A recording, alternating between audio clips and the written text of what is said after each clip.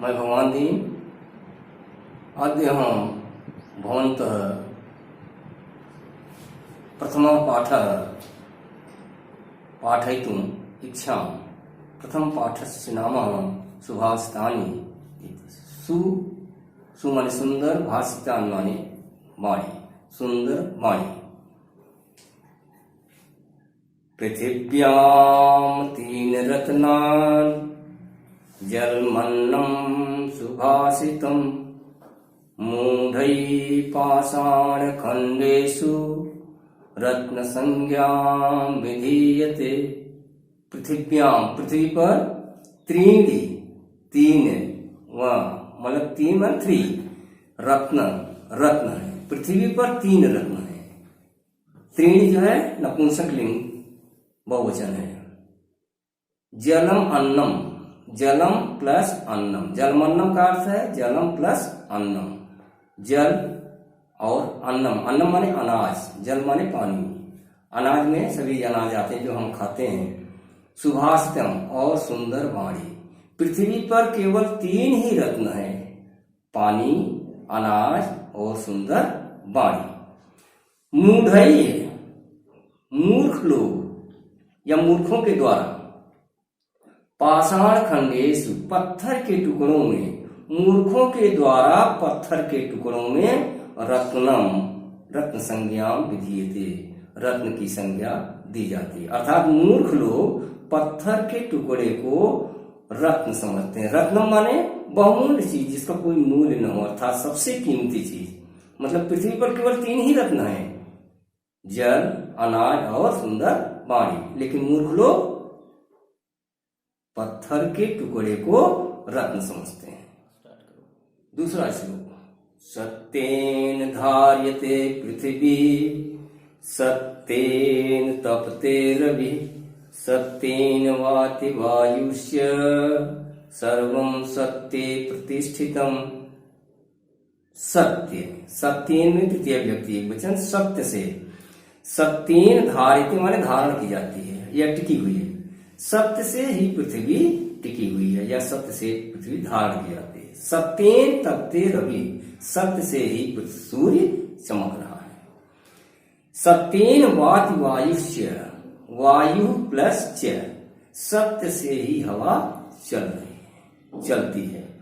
सर्वम सत्य प्रतिष्ठितम, इसलिए सब कुछ सत्य पर आधारित है। श्लोक नंबर 3। दाने तपसि शौर्ये च, विज्ञाने विनये नये, विस्मयो न हि कर्तव्यो, बहुरत्ना वसुंधरा। दान में, तपस्या में, वीरता में, शौर्य माने वीरता में, विज्ञान में या विज्ञान के क्षेत्र में, विनम्रता के क्षेत्र में, नए नए माने नीति के क्षेत्र में। विस्मयो न कर्तव्य, हमें चकित नहीं होना चाहिए, हमें चकित आश्चर्यचकित नहीं होना चाहिए। क्यों? बहुरत्ना वसुंधरा, ये हमारी पृथ्वी जो है अनेक रत्नों से भरी पड़ी हुई है। एक बार पुनः दान में, अर्थात हमारे देश में बहुत बड़े बड़े दानवीर पैदा हुए हैं। कर्ण, एकलव्य, राजा हरिश्चंद्र। तपसी, तपस्या में बहुत बड़े बड़े तपस्वी पैदा हुए हैं इस धरती पर, भारत की। शौर्य, वीरता में रानी लक्ष्मीबाई, सुभाष चंद्र बोस, भगत सिंह, चंद्रशेखर आजाद आदि जैसे बहुत बड़े बड़े वीर पैदा हुए हैं।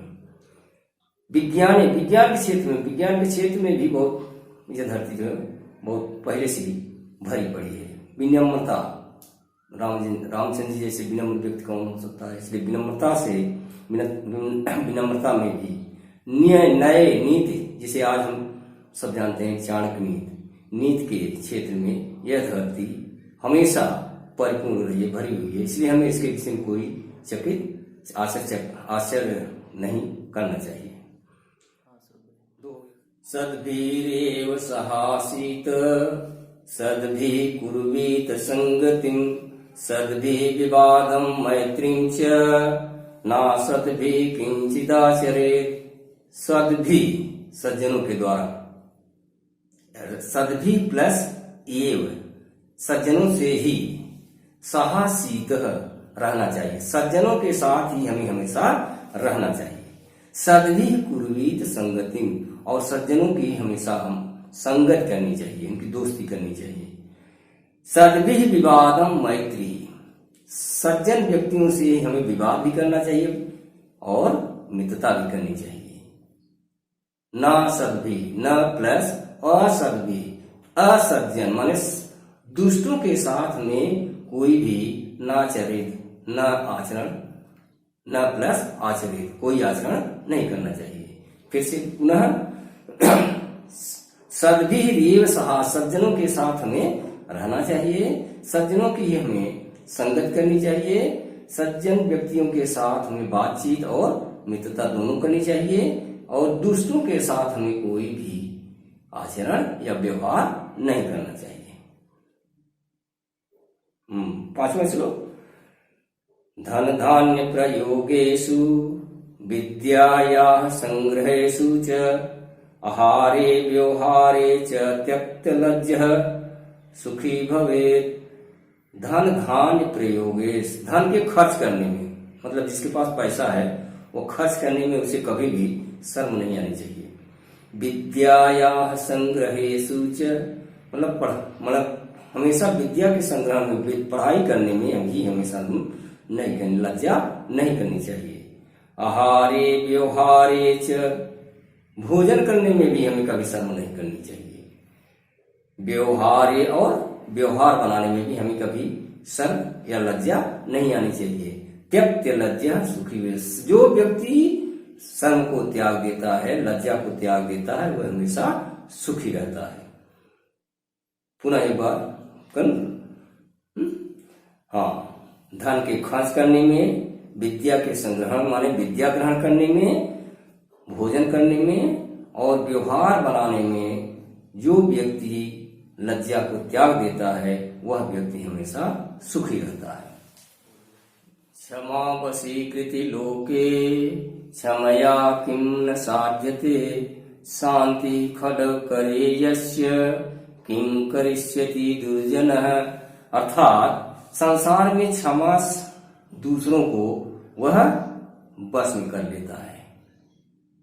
ऐसा कौन सा कार्य है जो क्षमा से नहीं साधा जा सकता?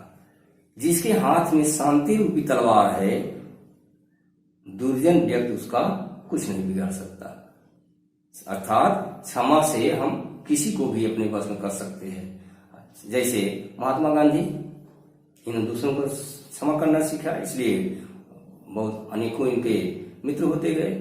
इसलिए जिस व्यक्ति के हाथ में शांति रूपी तलवार है उसका दुष्ट व्यक्ति कुछ नहीं बिगाड़ सकता। धन्यवाद। हाँ, जैसे इस पाठ से कुछ एक पद के उत्तर आपको बताना है। जैसे पृथिव्याम कति रत्नान, पृथ्वी पर कितने रत्न हैं।